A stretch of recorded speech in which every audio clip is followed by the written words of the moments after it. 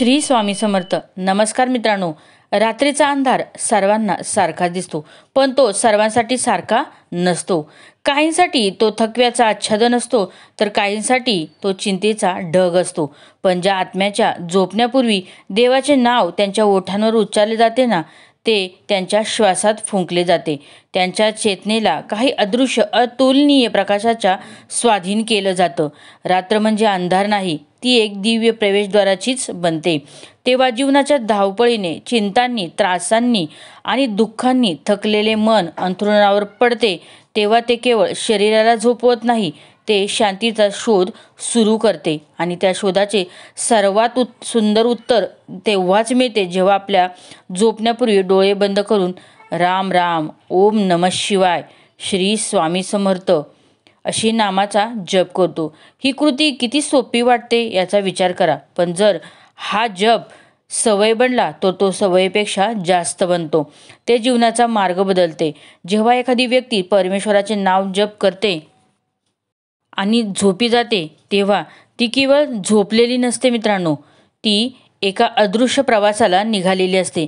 हा प्रवास झोपेचा नसून आत्म्याचा आहे, शांतीचा, प्रकाशाचा, देवाच्या उपस्थितीचा. महान गुरु परमहंस योगानंद म्हणाले की ज्याप्रमाणे अंधारलेल्या मातीत गाडलेलं बीज अंकुरतं, त्याप्रमाणे रात्रीच्या अंधारात देवाचं नाम जपल्याने आत्म्यात प्रकाशाचे बीज पेरले जाते.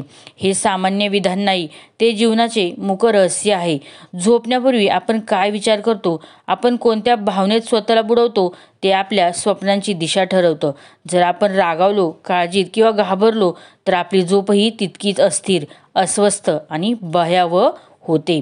पण जर शेवटचा विचार, शेवटची भावना, शेवटची कल्पना देव असेल ना, ज्याच्या मांडीवर संपूर्ण विश्व आहे, तर ती झोप अशी असेल की आपण कल्पनाही करू शकत नाही. ती अजिबात झोप नव्हती, ती समाधी होती, एक मुखपूजा, एक अदृश्य प्रवास जो आत्म्याला हळूहळू उच्च उंचीवर घेऊन जातो. हा सामान्य आध्यात्मिक सल्ला नाही, तो एक इशारा आणि दररोज रात्री तुमच्या पलंगावर तुमची वाट पाहणाऱ्या देवत्वाला आमंत्रण दोन्ही आहे.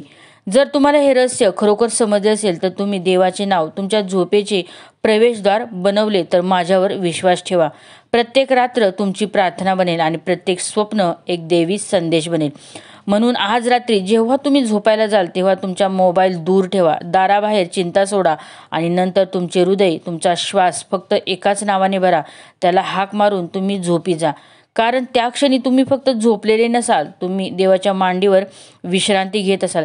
ती शुभरात्र नसेल, तर ती एक चांगली यात्रा असेल. मित्रांनो, हे फक्त नामजप करण्याबद्दल नाही, ते त्या नामात पूर्णपणे विलीन होण्याबद्दल आहे. ते त्या दिव्य नामाच्या स्पंदनाला तुमच्या अंतरात प्रवेश करू देण्याबद्दल आहे. जसे आपण नामजप करतो, तसे आपले श्वास खोलवर जातात आणि चेतना स्थूल ते सूक्ष्म अशी प्रगत करते. मित्रांनो, तेव्हा एक अनोखा प्रवास सुरू होतो, झोपेचा नाही तर आत्म्याच्या पलायनाचा. जेव्हा तुम्हाला देवाचे नाम जपत झोपी जाता, तेव्हा तो स्वतः तुमच्या स्वप्नांचा रक्षक बनतो. आता कल्पना करा, जेव्हा देव स्वतः तुमच्या झोपेचा द्वारपाल बनतो, तेव्हा कोणती नकारात्मक ऊर्जा, कोणती भीती, कोणती चिंता तुमच्याजवळ येऊ शकते. विज्ञान म्हणतं की झोपेपूर्वीचा शेवटचा विचार तुमच्या अवचेतन मनात 8 तास सक्रिय राहतो. अध्यात्म सांगतं की जर तो शेवटचा विचार देवाबद्दल असेल ना, तर आत्मा झोपेच्या वेळीही ध्यान करत राहतो.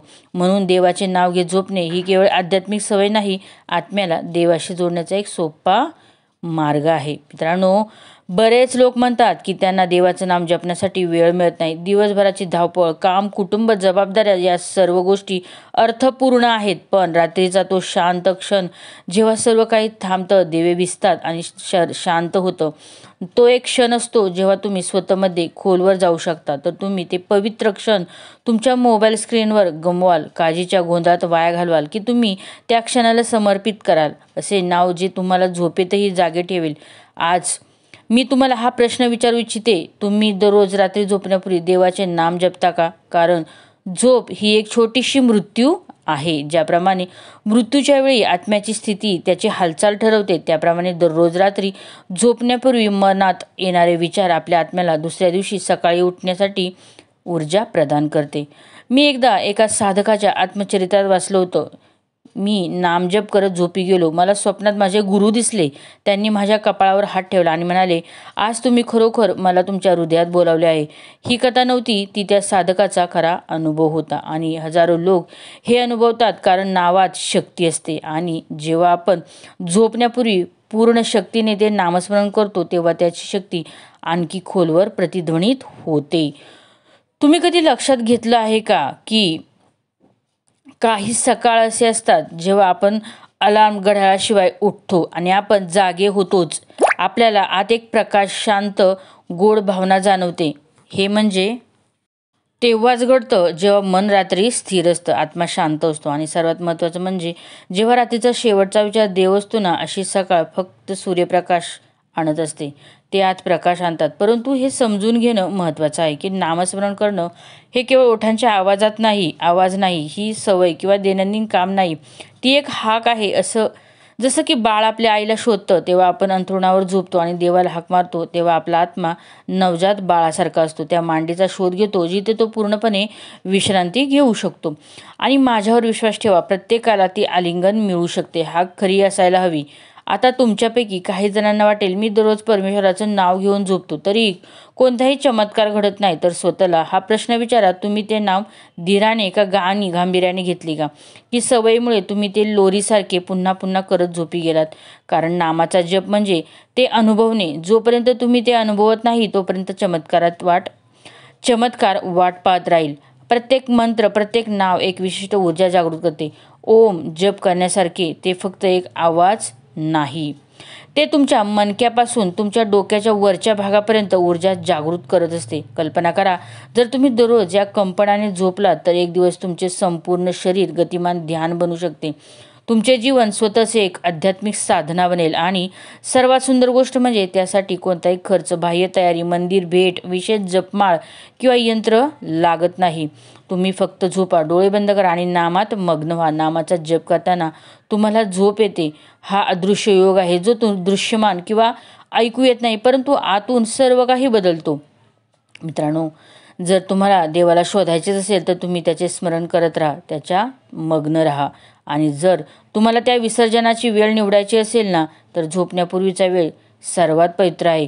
ही फक्त काही पुस्तकी ओळ नाही, ती दररोज रात्री अनुभवाची गोष्ट आहे. जेव्हा आत्मा नामात मग्न होतो तेव्हा झोप ही केवळ शरीराची गरज बनते, आत्म्याची नाही. जे अंथरुणावर झोपतात आणि देवाचं नाम जपतात ते हळूहळू अशा स्थितीत पोहोचतात जिथे शरीर विश्रांती घेते परंतु चेतना सतर्क राहते.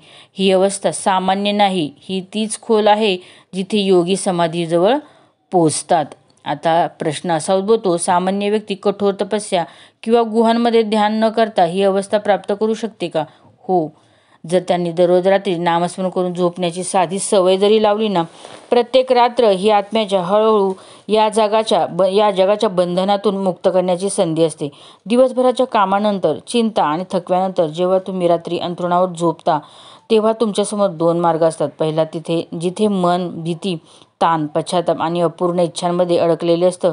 दुसरा जिथे तुम्ही तुमचं सर्व ओझं सोडून देता आणि फक्त एका नावाच्या मदतीने तुमचं अंतर्मन देवाच्या चरणी अर्पण करता.